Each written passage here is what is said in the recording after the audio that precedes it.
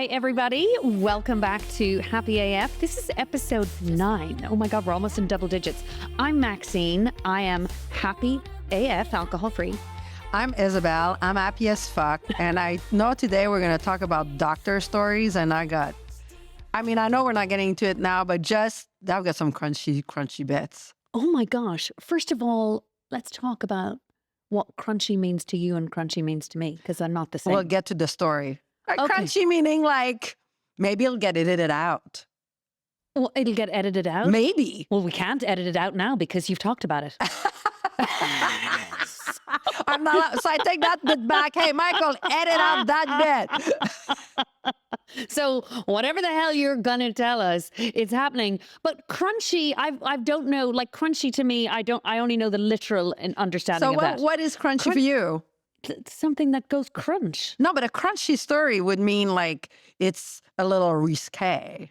Risque? No, see, I've never thought of crunchy as risque, No? so I can't freaking wait to get to I it. just made it up. In the I use Which words, you've been you know, known to I do. remember, right? Yes, they was well endowed I'm and all aware. sorts of business. All right, let's start with our liquid joy, baby. And here you go. Fucking A, man. I have never come, I don't know if I can touch this thing. Give me. my bottle opener.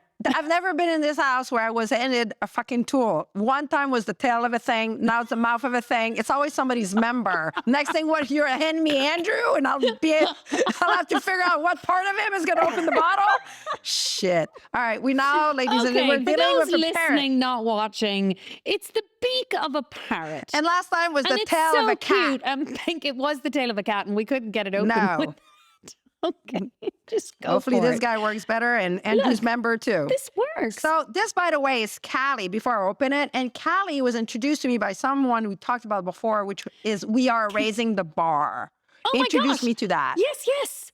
Right. Amazing. And- Since we talked about that, Yes. by the way, Yeah. I have become a subscriber. I'm about to get my Oh. first box. Oh God, I Yeah, can't wait. yeah. I can't wait for you wait. to tell me what's in it. They have the best stuff. And I found So this that's where you Callie. got this. Yes. So Callie spelt not how you would think it, No, like C-A-L-I, California. K-A-L-L-Y. K-A-L-L-Y. I believe it's a couple.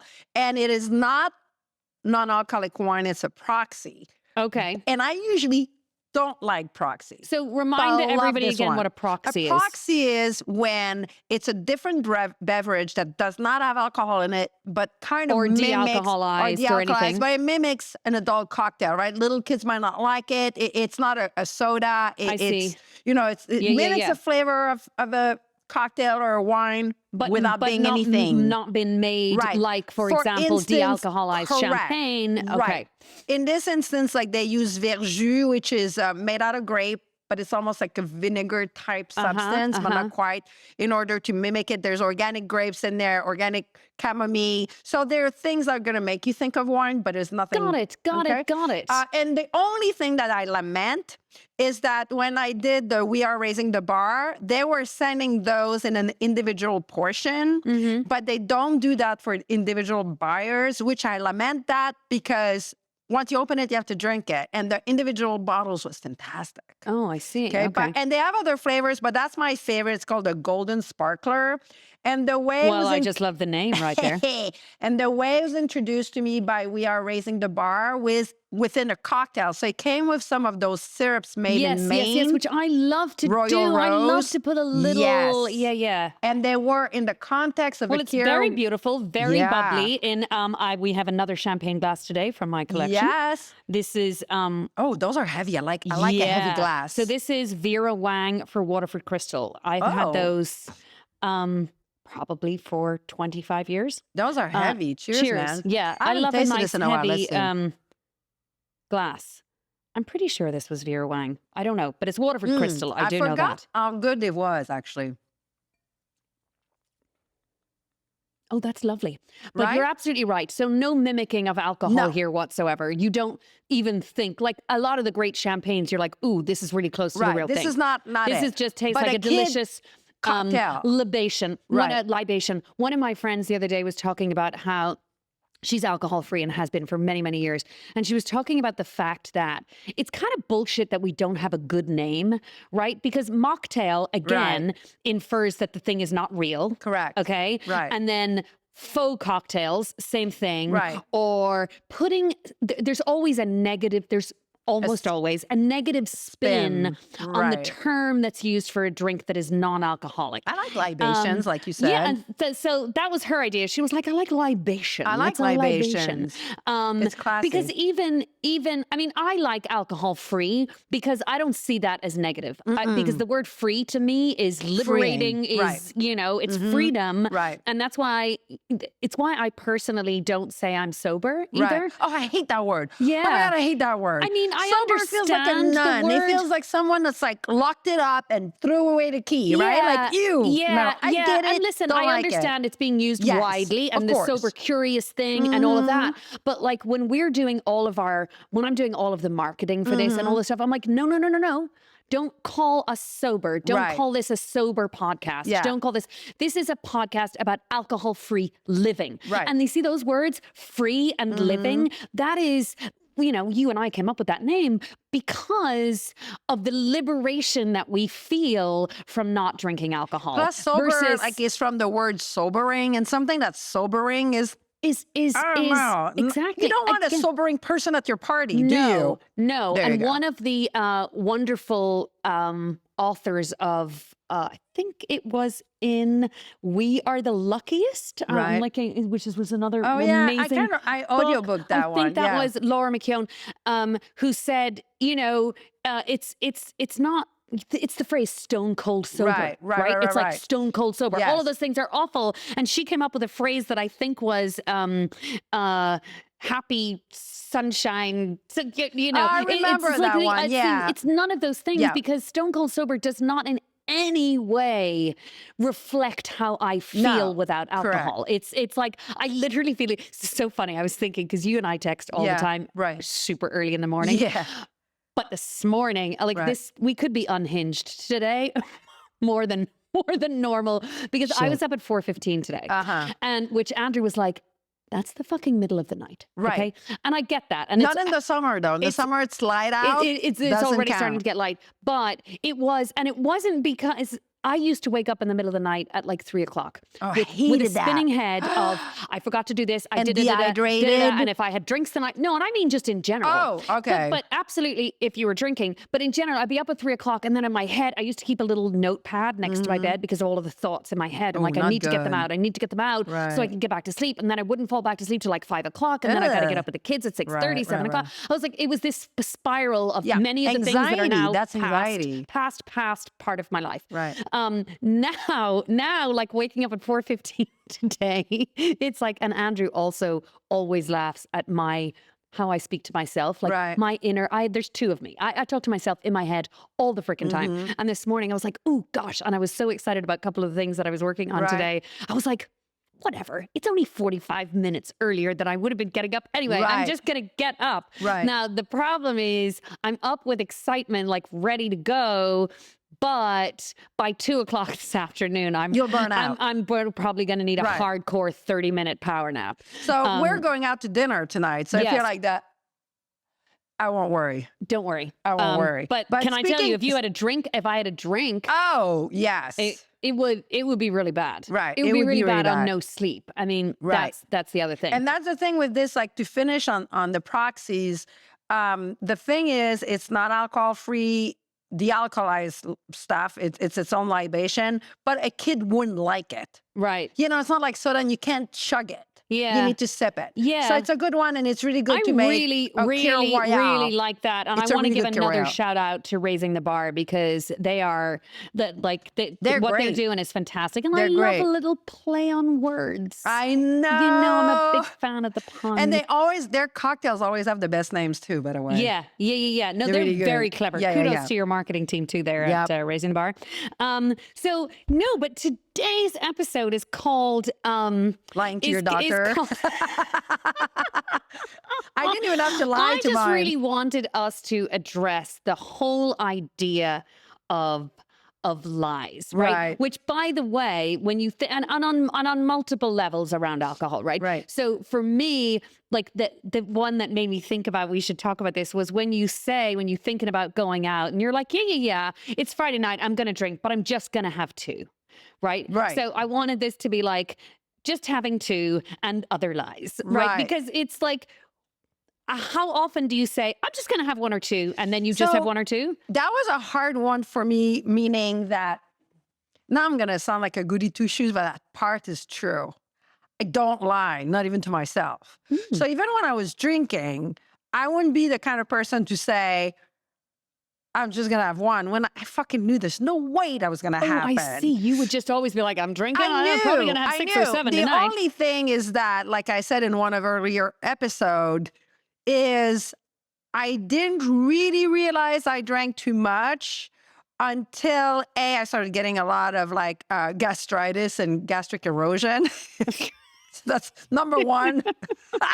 You go to your doctor, it's like, hey man, how much you drink? You're making a hole in there. Oh gosh. So that's number one. Yeah. Number one sign. Number two was during COVID. Everyone I was hanging out with, we have a little lake cabin in Canada, and we were like the party house. Like Brooks was like, because it's all outdoors. And Brooks, I remember joking, saying, we need to buy a neon, like at the barber shop. When it's open, it's spinning. When it's closed, it's not. He's like, we need one of those, right? Because our cabin is so teeny, it's jammed between a road and a lake. And anyone who would walk on the road, we'd be outside drinking, at 11. And that only made me realize, because people would be like, man, I've never drank so much, but hey, it's COVID. And I remember thinking, my drinking hasn't changed. Like, I just You're like, people, I drink this much all the time. Yeah. But the other people were like all amazed that they were drinking so much. And I was like, shit, I had company. That was the only difference. Yeah. So anywho, so that's one, but I never really lied to myself, nor did I lie to my doctor. And we'll get into doctor stories when you're ready for it. So for instance, I would tell... I mean, you're making me really fucking nervous about this story, but so stop referencing it. We'll pause before and pause after so you can get edited out. But my doctor, we'll call him Dr. C. I don't think you understand what editing means. Does it think like they chop it out, no, right? Yeah, but then they have to take out all the parts that we've talked about editing. Well, then I can break in a song in the downs. There's going to be no part of this episode left. So if I break in a song in a dance for half hours because they took the fucking story out. It's like because we've had nothing else to talk about. This episode's going to be 3 minutes long. Right. No, I would tell my doctor. So I had this, I won't say his last name, but typical New York doctor, tall, Jewish, lanky guy. Yeah. We'll call him Dr. C. Okay. I've had him since I'm 27. What doctor was he? Your GP? He's still my GP. He's an internist. Okay. He's still my GP to this day. Now he's Brooks's doctor, but I met him when I was 27. So we've got history.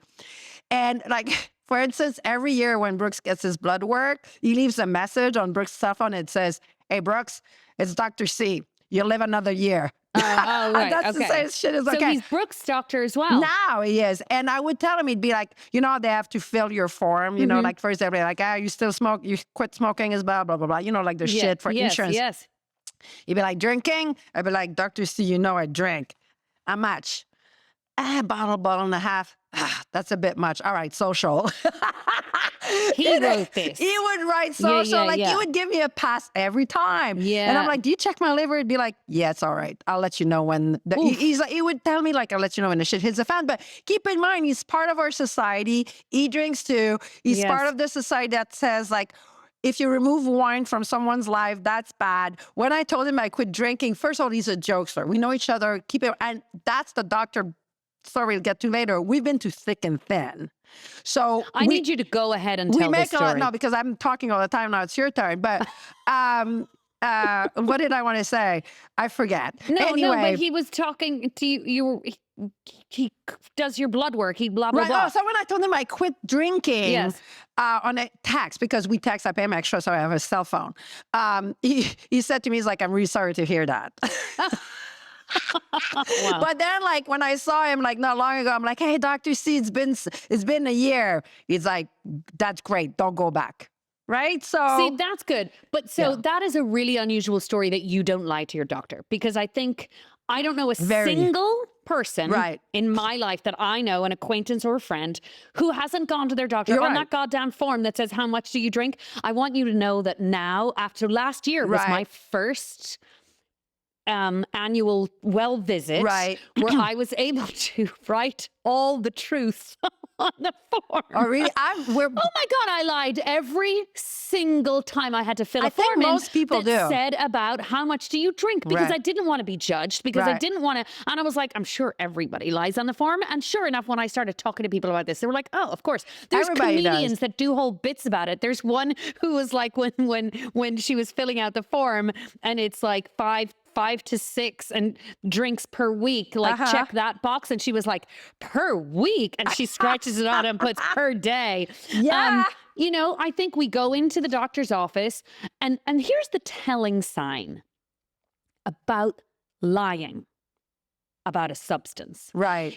If you're lying about it, then something inside you must know that you shouldn't be That's doing right. it. And that's right? why I don't I wouldn't lie lie on about any it. form Right. or to any person Right.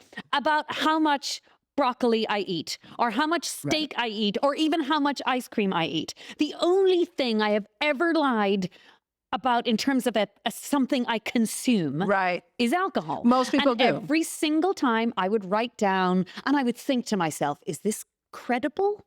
They know, my doctor knows me. She knows I'm Irish. What do people We're- like usually drink? What I don't know what I'm thinking. And then I would try and say, you know, and then I would do the whole mental math thing Right. where I'm like, all right, let's pick a good week, and then let's average that out over the course of a month, or pick a good day and be like, on a good day, I would only have 1 or maybe 2. Oh my God. And then there'll be plenty of days I don't have 0. So I'm doing this in the doctor's office thinking, I wonder what's the right number for me to put in. Instead of actually telling the truth. Most so you people do. are definitely a rare Well, case who told I the will truth. tell you, like, our parents, my sister is also a victim of that. By the way, I do have a brother. I just need to mention it. Because I'm always talking to my sister I about literally my didn't sister. know you had one until I just have now. a brother that's between me and my sister, Okay. and it's kind of like he never stood a chance, like between the two of us. So that's why I never get to talk about him.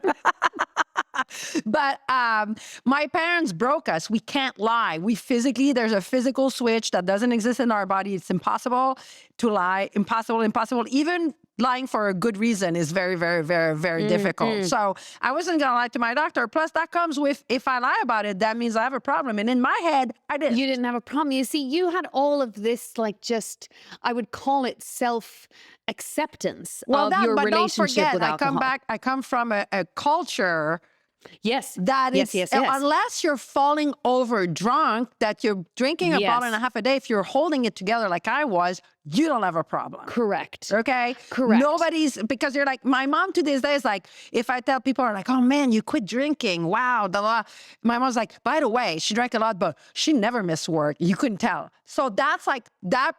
Yeah, for that's them, her it's- saving face. Yeah, like she did not have a problem. I mean, isn't France probably amongst the countries that will be very, very slow to come on board alcohol-free living? So when I was there, and lest I need to remind anybody, you and the world, that I'm a Francophile. Big I enjoy time. everything about France, the people, the food, the wine, everything, the now alcohol-free wine. But I was there this summer, and we were in a couple of different people's homes. Right. And now, I did tell you it wasn't inaccessible. There were plenty of places. The hotel I stayed in Paris Saint-Germain had French Bloom by the glass. Wow. Like, it was, you could order it for room service. Jesus. So there was plenty of accessibility in certain places. But when you were going into someone's home, Right. Oh. this is when I remember twice, on 2 occasions, in 2 different places in France, and bringing my own non-alcoholic wine. So the first one was this wonderful, wonderful family, and it was at their parents' house. So, and I was meeting the parents for the first time, the grandparents. So the parents are friends of mine, and these fabulous Parisians, and this beautiful apartment. You could see the Eiffel Tower. wow. And I arrived with my bottle of non-alcoholic champagne, which I had gone out in Paris to source, and found a really nice bottle and brought it. The grandfather looked at me and he went, "Oh, this looks nice. You bring this for the children?"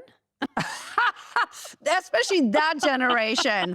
Especially that generation. And I was like, actually, I don't drink alcohol. And these are people who are so intelligent, Right. elegant, eloquent, everything. But I watched because I'm such a people reader. Like when something is going across your face, I don't need words. Like I can tell, you know, when somebody's like, "Oh, I love your sweater," and I'm like, "No, you don't." Right. Right. It's like I can read a face like a book. And this guy, this lovely, I mean, he's in his late 70s, I would say. This lovely he man, wasn't having it. No, he just looked with such dismay. Of course. Like he must have thought, what the fuck is wrong with her? No, but you know what he's thinking? Oh, she's Irish. That's what he's thinking. Well, she's normally not French. that she's Irish means, she's not French. It means that's why is she not drinking even more? Isn't, you know? But by the way, we forget, like in my quest to, when I started not drinking, even though I was pretty certain in my resolve, you still need reassurance.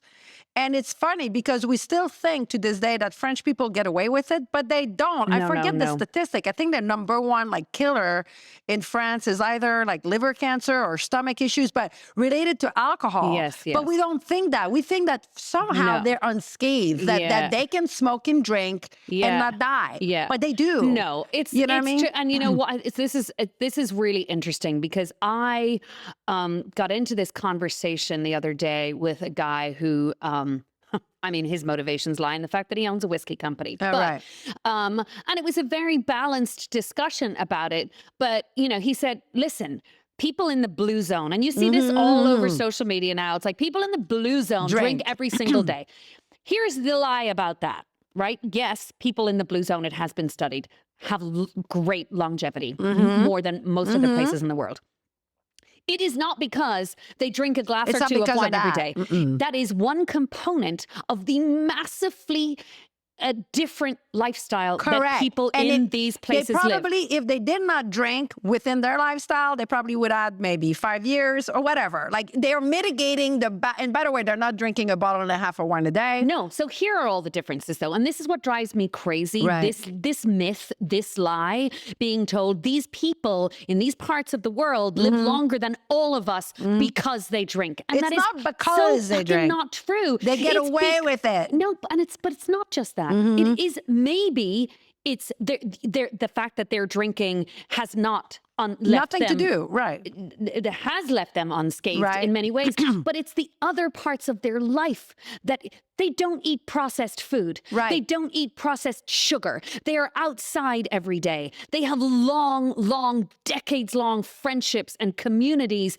They live a life that is different to ours. And that is why they live longer. And so that's what I'm saying. They got away with Mediterranean diets, because the rest of it is fats, good. Healthy lifestyles. That is what makes the people in those zones live longer. And the glass of wine that they're drinking every day that we know is a poison, but they're just drinking that one glass. And they most likely don't drink it like I did in front of Netflix within 7 glasses. Getting like, you know what else they don't? They're doing it socially. You know what else they don't drink? They don't drink what? Fucking martinis every night. Right. It's like, so this is what I'm saying though, but this lie drives me crazy because it's like, if you really do go take the time to look into it and because I started reading about that because I was like, oh God, that's true.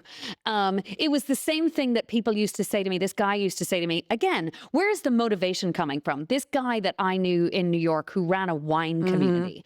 And he said to me when I was pregnant with both of my children, he was like, what do you mean you're not drinking?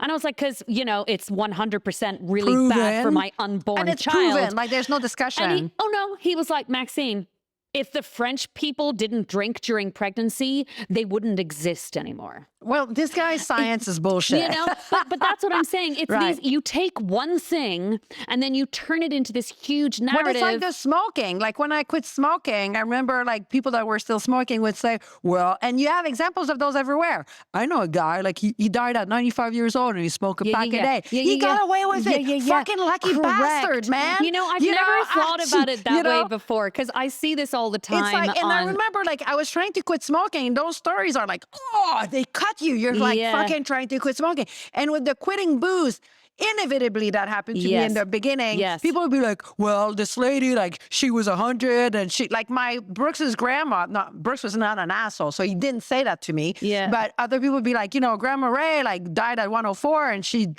like, drank all her life. Yeah, yeah. She got away with it. Her husband drank all his life and died of liver cancer at 72. Right. So you know what? I've never thought about it this way before, and this is a brilliant way to think about it.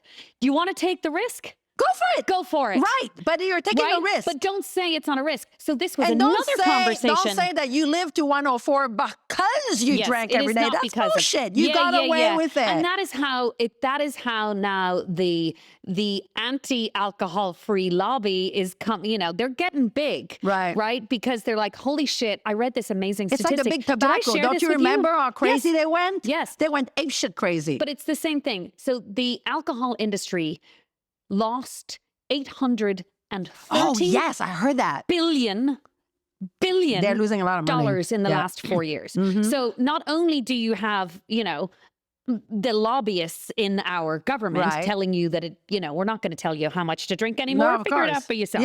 Not only do we have that, but now you have the alcohol companies with their lobbyists out there talking about stuff like the Blue Zone, talking about there are bots on these non-alcoholic chats now that are saying, exactly what you said.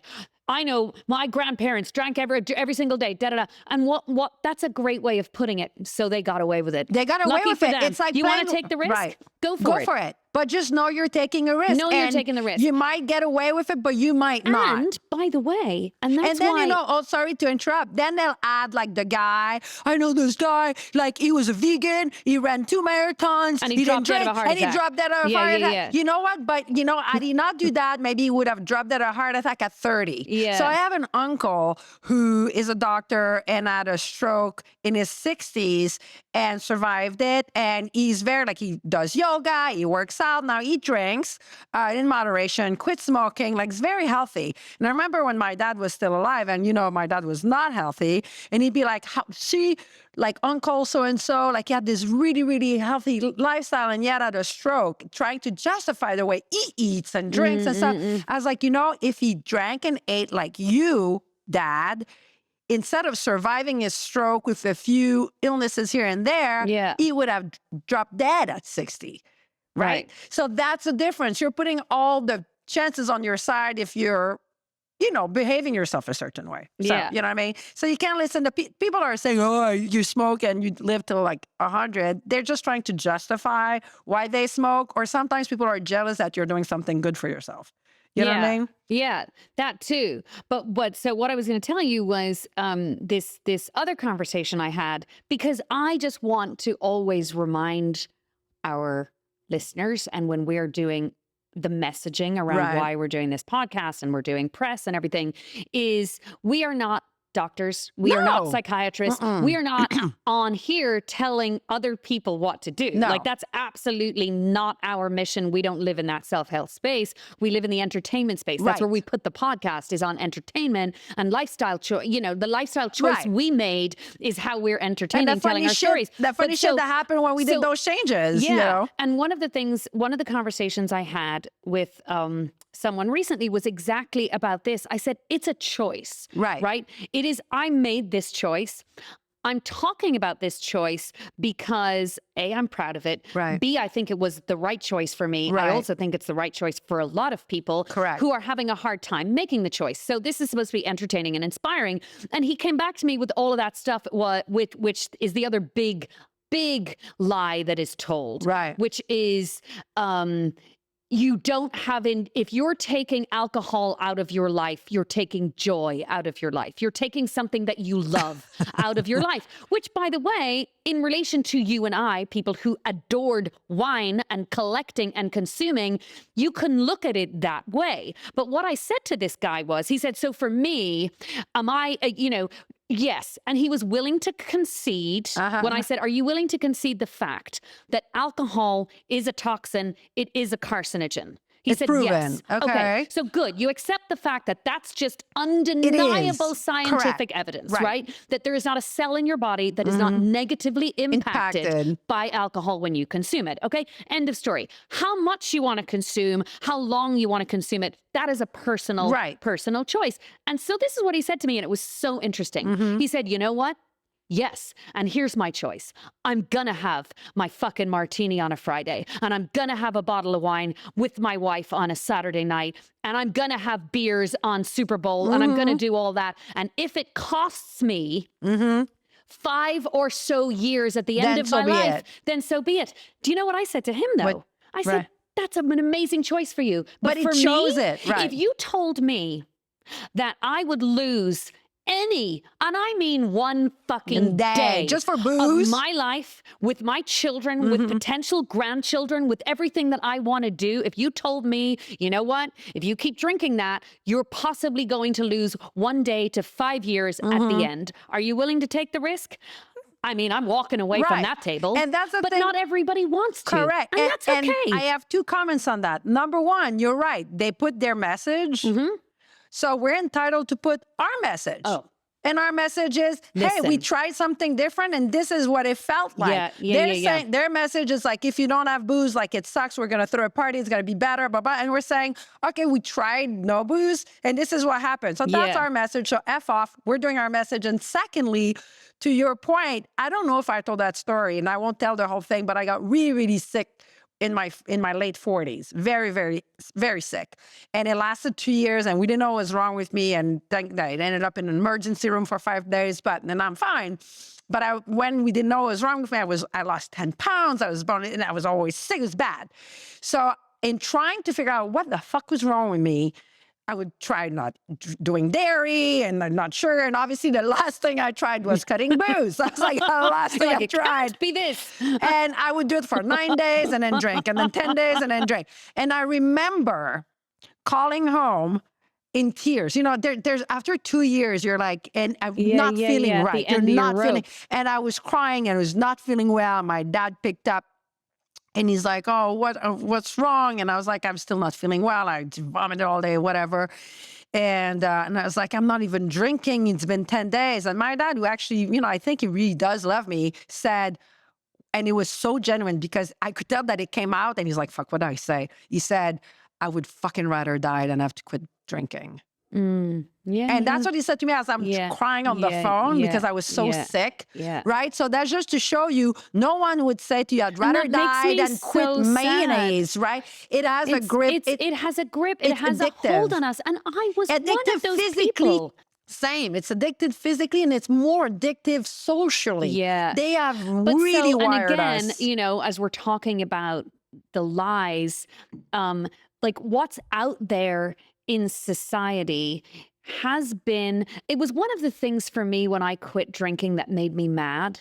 I was like, you know what? I was fucking lied to. I know, we drank the Kool-Aid. I was goddamn lied to my whole life. So even the subliminal lies, right? Because I grew up watching other people drinking, being told you're not able to do that yet. That is a big privilege that is coming to you when you're, in my case, 21, right? And it's, you look at it because it's like, this is a prize. This is a rite of passage when you get to a certain age. So that is how we are raised. We're raised to think that this is something we get to achieve someday. And also like to self-medicate. In my case, it's something that became medication, right? That soothes you. That if you're stressed out, they'll take it away. All of the things. It's and this is the societal, systemic untruths that have been set up.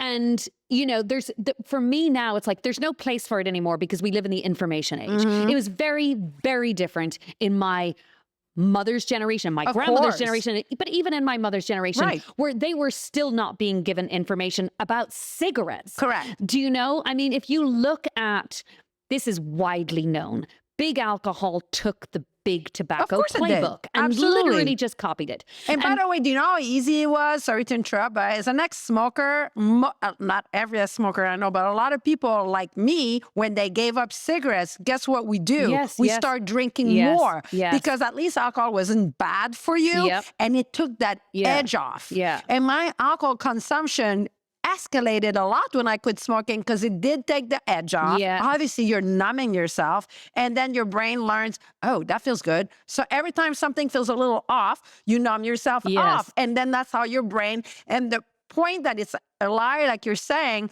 someone could debate lies that it's socially and all that. They'll know it's not a lie. It's true that it helps psychosocial. But I'll tell you that it is a lie that is going to help you relax. It's proven in your brain that actually stresses you out. And I'm the living, walking proof of that because I was way, way less able Yes. to handle stress when I was drinking. Yeah. I No didn't question. think so. But now, Of course you don't think so. When you're in it, you I'm don't like, wow, realize. shit but comes if at you me have and I been don't freak told out. your whole life Right. that have a glass of wine to take the edge off. It'll relax you. And your brain learns that. And also, by the way, it does. It is Right. also scientifically For the proven. first 20 for minutes. the first one. For the first one that you Right. take, what comes through your body physiologically. For 20 minutes.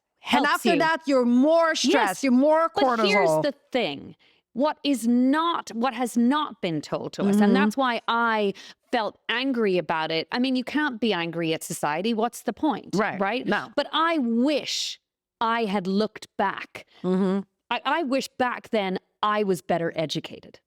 On so many ways. Right. On so many levels, by the way, all you have to do is talk to my closest friends about the things that I believed for most of my life because I grew up in such a sheltered and narrowly educated place because I was, you're raised in white Catholic Ireland. This is the way it is. This is how it is. And it wasn't until I went to grad school in London that I saw my first person of color, met somebody who wasn't Catholic. Right. Like it was crazy. But the education around alcohol, it didn't exist period in my mother's generation. It was only coming around in our generation, but it wasn't marketed. It wasn't sent out to us. But let me ask you on that. Now that there's more education on alcohol and younger people actually do drink less, that's just a fact. No, that's true. But I'm wondering, are they picking up something else? Right? Is it pot? Like, I have a feeling like, why is it that we're trying to stone ourselves or drunk ourselves? Like, what is it about us human that we can't stand our lives and ourselves? What is it? Well, Why are we doing I think that? that's a whole different conversation, Right. and I would love to have a psychiatrist on board for that one. But we will have to know, because that's it's like, why is it everybody that we're well, trying to be that's stoned? what Dopamine Nation was about. Yes, that whole that's why I book. loved it so much. Yeah, because it is. It's like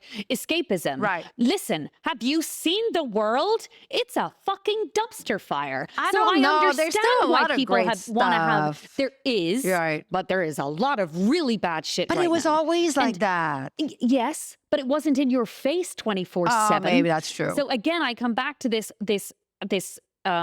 world that we live in the information age. If you go out and look for the information, it is out there, right? But Good but one why and is bad the one. onus on us Right. to go and disprove the misinformation? Right. Right? And that has been where we have been. It's where it was with cigarettes before they started to put the gigantic label. And so I read this really interesting article this week about my own fabulous country that Ireland was, so there's been lobbying across almost every country from cancer institutes, from about putting labels on booze. alcohol Wow. to say, just like they did with cigarettes, this is a proven carcinogen. It is. It's the third But one after can you imagine tobacco putting, and slapping asbestos. that label on every single goddamn Budweiser? Right. Can you imagine? So they have been trying to do it for years. And then I just learned, so disappointing, that Ireland was going to be the first country to label all alcohol. They were going to be world leaders in labeling alcohol as carcinogenic, as detrimental to your health. I mean, right now, all it says is don't do it while you're pregnant, don't do it when you're driving the car. Right. Okay? Right. That's all it says right now in teeny, teeny, tiny print. Right.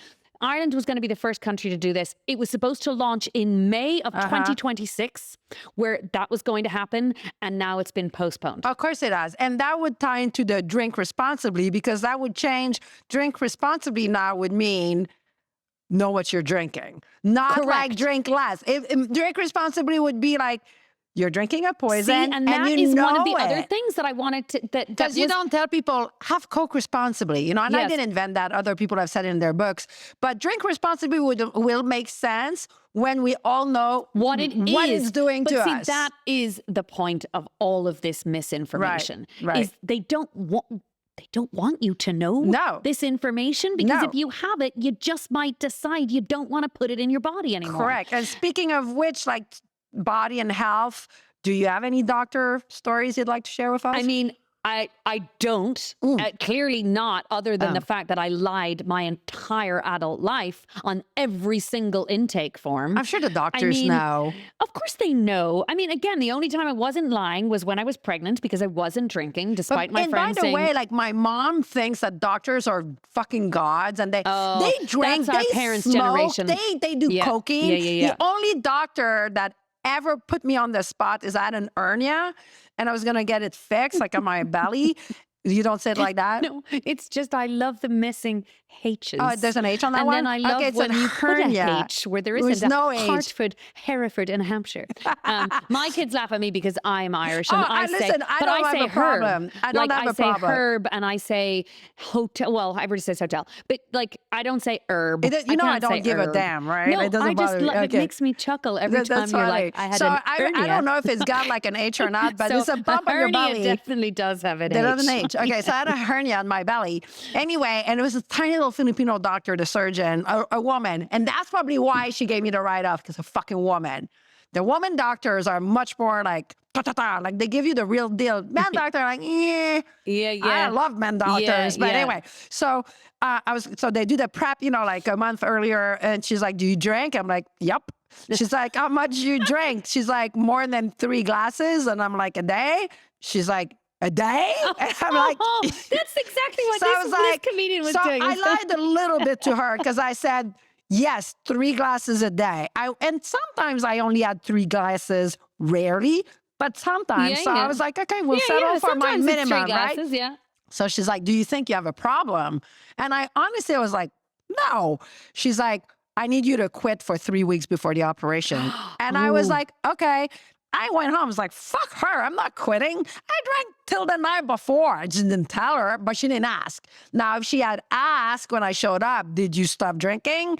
I'd have been like, and maybe like try to sneak my way out of that question. Like, oh, sorry, my first language is not English. You're like, I wonder why you needed to not drink alcohol for 3 weeks before the surgery. I think she wanted to see if I was an alcoholic. Oh, I see. She was and just I was like, and I was like, I don't need to do that to know that I am an alcoholic. So like, why go through the pain of that? Like, I'll tell you. Ask me straight out and I'll tell you. But it's not a problem. Like, to me, to be a problem at the time meant like it made you have problems. Right. But it's like you said, what your mom said. Right. She was immediately there to defend you, to say, oh, but she never lost a job. She never did it. Correct. You know, because that is, I mean, and again, I think that's just another lie that a lot of us told ourselves. About, I don't have a problem because I'm not that guy. Correct. Right. So do you want to know about? I mean, let's go. Do you want to know about We're Dr. hearing this C? doctor story. Okay, so it's not. I can't wait to hear about related. Dr. C. It's not related to alcohol necessarily. Although I was a little hangover. Okay. So should I still tell it, even though it's not an AF we are thing? in for a penny and for a pound now. All right. So I was People like, will unsubscribe if you don't tell us. This is a disgusting one. So if you just had breakfast, you might want to pause. Okay. You know what I'm saying? Yeah. There's a little factor to it. Keep going now. So is this circa like 2003? Like I'm like, it's before I met Brooks. So I'm not even before that. So that means I was like 29. I was going to go to Peru with my friend Orly on an adventure. We almost died. That's a different story. We got arrested by police. They almost raped us and killed us. I mean, it's bad. Different story. Another day. So I'm living in Harlem, as I said, trying to save money, not in the best neighborhood. And we did have laundry machines downstairs. It's a small walk-up building, but I've always been bad at laundry. So I was like, fuck that. So I would drop my stuff at the corner laundry machine. Yeah. As At I the said, laundromat. a Yeah. laundromat. And that's one of the places where they can make it for you, but you could also make it yourself. Okay. Oh, So okay. there's Okay. piles So of- you can okay. do each. Yeah. Yeah. So obviously I wasn't making myself. I was paying to get it made.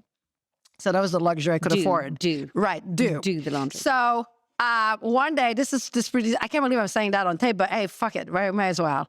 So like people can relate, maybe, maybe not.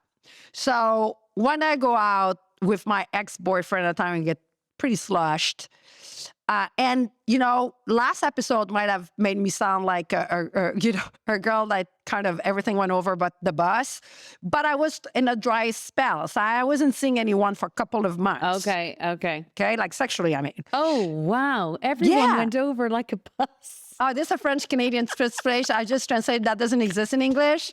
Like a girl that's got some I just had a mileage. vision of you being run over by a bus on 7th Avenue. We say that like a girl that's got some mileage is like everything had been over her I but the bus. See, there's got to be another idiom. I'll think of it. But go on. Now I know what you So mean. you know what I mean? Okay. But I was a dry spell for 2 months. So I Okay. was like, you know, And I we're just hang talking out not with- a dry spell in terms of alcohol. No. Yep. My vajayjay Okay, was getting I'm a all break. clued in. Go ahead. So, so there was no, no danger on that front. So I got out with my ex-boyfriend at the time and a couple of friends, and we drank too much. Not really unusual. And next day I get up in my apartment in Harlem. Oh my God, I can't believe I'm going to say it on camera. Go, say it. Thankfully, it was weekday, so doctor offices were open. This might need to get edited out. I kid you fuck not. You can't do this to me Okay, anymore. so- You've got to just say it. So I go to You her shit yourself. bathroom. No. No. Worse. I look down and I see things moving down there. Like bugs. Okay. What was it? Parasite. So I fucking freak out. For those who don't know, I'm surgically clean. I'm like Right. stupid. You're a clean freak. I'm a Virgo. Yes. So it was crabs. Crabs. Remind me what that is. It's like little bugs that live. It's like almost fleas, but down there. Yes. Okay. I remember this from a Sex I and the had City never episode. had. Oh, that might have made She me feel. got it in Charlotte. Got it in the Hamptons one episode. Oh my God, I need to watch it. So I'm like naked, running around my apartment in tears. I call Dr. C's office. Okay. No, I'm like, hyperventilating. Like, okay. Yes, That's what I said. Like, yes. this is a Virgo. Okay. You can eat off my fucking bathroom floor. I'm so fucking clear. But I this would is wear a 6 STD, condoms. right? No, but I was not sleeping with anybody. So check this out. And there's no way I'm carrying this shit around for 2 months. You know what I'm saying? So I don't where take did no it travelers around. Yeah. So I called Dr. C's office. It's a secretary, and I can't even say my name. I'm crying so hard. She's like, he's with a patient. I'm like, it's an emergency. It's an emergency. And she's like, honey, You're what like, it's is a horror it? movie over She's here. like, what is it? I'm like, I got bugs in my pennies. And I'm like crying. She's like, you go, what? I'm like, I got bugs down there. And she's like, hold on. So she goes get Dr. C. He comes to the phone, and I can barely talk, right? He's like, all right, you need to calm down. He's like, first of all, I got 3 kids who had that same situation. Do you go to the laundromat? I'm like, yes, I do. Do you do your own laundry, or you leave it there? I leave it there. Isabelle, you can't do that. They put your laundry in a pile, and the other people that might not be so clean put their laundry in the pile next, and that's how the shit happens. Shit, like getting bed bugs. I got yes, but in my woo-woo. Whoa. Okay? So now I'm Wow. like, Dr. Zini, I'm more scared. I'm more scared because now I got somebody else's shit that I don't even know. Okay? So he's like, all right, here's the plan. The same thing happened in our apartment. My kids had it everywhere. And I'm like, oh, dear Lord. He's like, you're going to go to the closest pharmacy. You need to cry. He's like, you need to stop crying. He's like, you need to take a deep breath. So he makes me breathe. No, I was like panic. Yeah. That's what I'm saying. Him and I go like way back. He's like, so you're going to go to the drugstore. You're going to get Nix. It's like a Something, product whatever, for okay. like, if you get in your head. Right. He's like, you're going to put it down there, follow the instructions, and I'll take care of it. He's like, by the way, you have to clean all your laundry.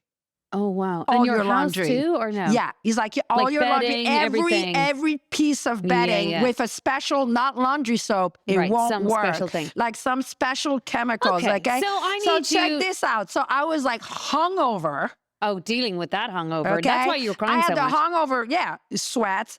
I have like mascara down my boobs, okay, because I've been crying and I didn't take my makeup off the night before.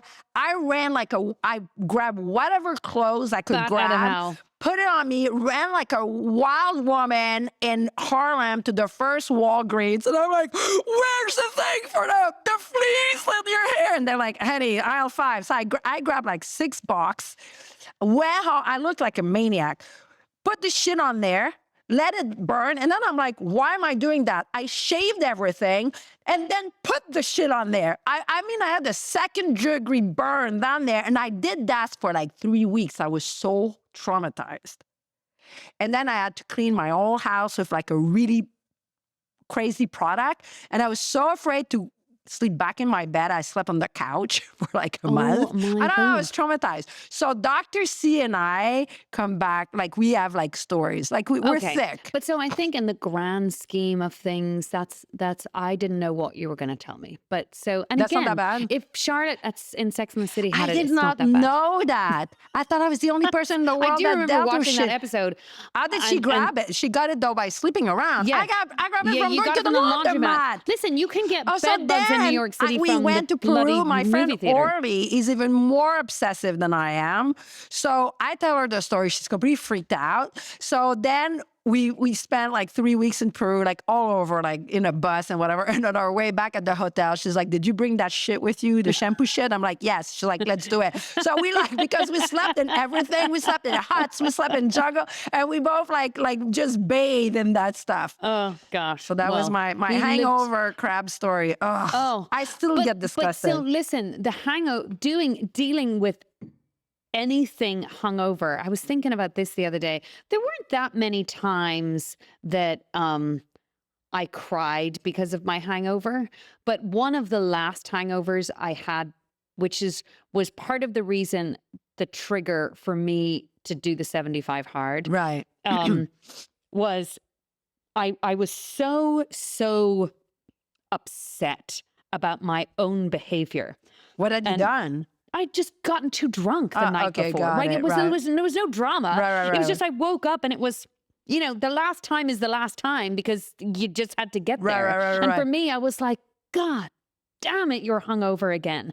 And it made me so upset that I started crying because I was just like I told you about Right. my dad's funeral, like being Right. so upset with allowing myself and again, you got to give yourself some slack because you're making these terrible decisions because you were drunk. And Right. you can go back and back and back. There's blame to be apportioned everywhere. But for me, that morning of crying because I was so annoyed about my hangover, Right. it was making the day gonna be really hard for me. And I think about that all the time. And I think it was Tom Holland or someone I heard interviewed the other day who had said, everything in my life is easier, especially the hard things. Right. Right? So dealing with something crazy health-wise, some terrible, emergency Yes. situation, Much better. a death, a job loss, a disappointment. Now with balanced brain chemistry, with a feeling of self-contentment and Just solid. Exactly. My feet are so firmly on the Right. ground. I'm able to say to myself, I can handle it. I And can yeah. handle it. It's still awful, whatever the thing is, or whatever the tough thing is you have to address. It's just easier if you're not sick. That's true. And by the way, like, I'm thinking maybe I'm a little bit of a liar because I had to fess to my sister before telling that story. But there is one time that I might have lied to myself. Okay. And I had to clear with my sister, make sure she'd be okay, because I was like, I don't want you to kill me. And she's like, that's fine. So years ago, my nephew might have been 6 or something, and he's now almost 13. So, right. And I was going to go back to Montreal and take him to an outdoor zoo. It's not a zoo. It's like a safari Wildlife park. Yeah. So it is like October or something. And the night before I went out with my cousin Julie, and she can keep it back too. Yeah. And this is in those days, those 2 years I was sick all the time. So my tolerance was not as high, but I wasn't changing the way I drank.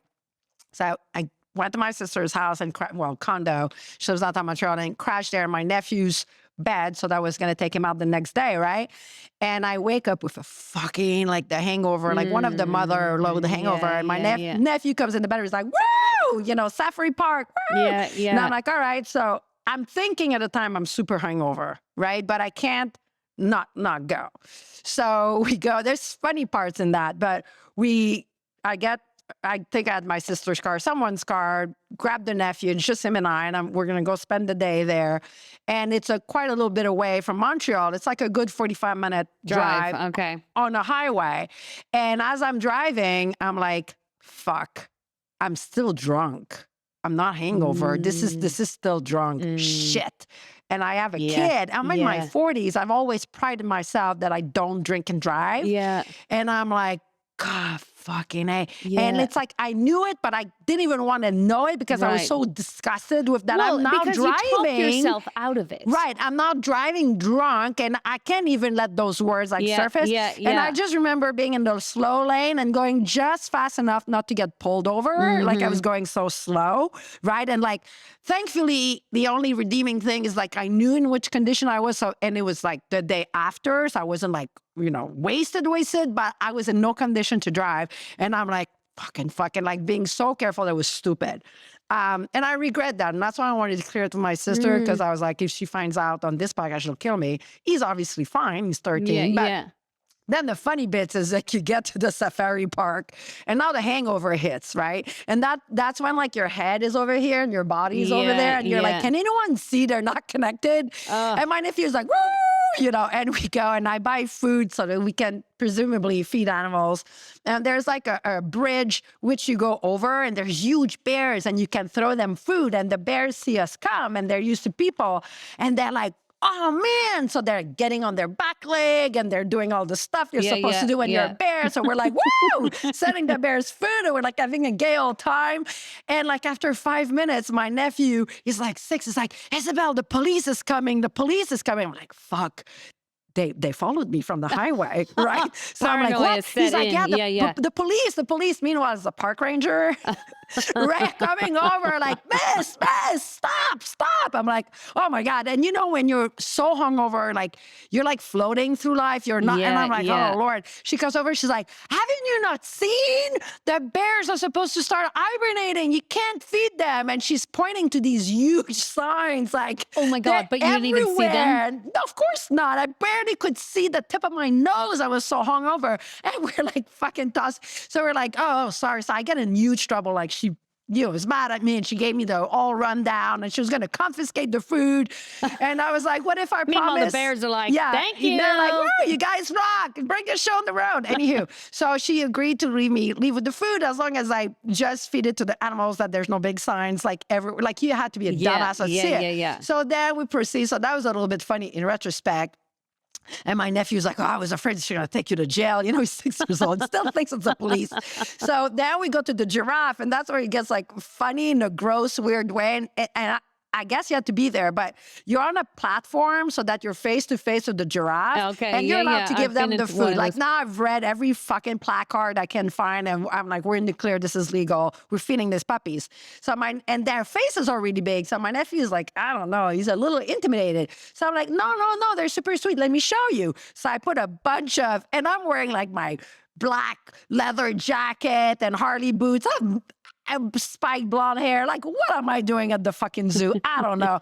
Anyways, I put a bunch of food in my hand, and I'm putting my hand out, and I'm talking to my nephew, like, look, there's no problem. And I see his face like changing. Like, what, honey? What's going on? He's like, I think she swallowed your hand. And I look, and I'm so hungover. My whole arm and hand, all the way to my elbow, is in this animal's mouth. And there's like a huge tongue just BJing my arm. I don't know what she's doing to me. So I'm like, oh my God. So he's like, should I call the police? He's still referring to the ranger. And I'm like, because I'm like, should I yank? Is she going to get aggressive? Like I have a member in her mouth. Like it looks like a sexual thing, except it's a giraffe in me. So the police comes over and I'm like, can I yank my hand out of there? She's like, yeah, you can. So I yanked my whole arm and it's all like Ghostbusters. It was full of goo. And obviously I didn't have anything to wipe. So I'm wiping on the wood balustrade. Oh, so that was that. So that's a funny bit of Also, the I hangover. need you to never, ever again refer to your arm as a member. Well, in that situation, It's a limb. It looked like It's a she was limb. servicing me. You know what I'm Okay. saying? Yeah. It was a little bit, but I understand what you mean. It's a limb. Let's just call it a limb. So in this situation, I did lie to myself that I was driving drunk a young child. And I deeply regret it. And I'm so happy it didn't take a bad turn. Yeah. You know what I mean? Yeah. And the rest of it, I think the zoo people were having a gay old time with me. I was so hungover. They were like, all the animals was like, "Ooh, I can't wait for her to come back." Oh my gosh. Well, listen, there we uncovered that you perhaps did lie to yourself once. But, I did. Yeah. And so look, as we wrap it up, the whole point of this conversation is we have lied to ourselves. Right. Society has lied to us. We're still one of my favorite books around this whole patriarchy, women, alcohol, spider's web is Quit Like a Woman. I don't know if I have that up there. Holly Whitaker. Yes, it is unbelievable. I mean, that is a book every woman should read. Right. Period. Right. Whether or not you want to quit alcohol or not, it's like it's such a powerful book. It's so eye-opening.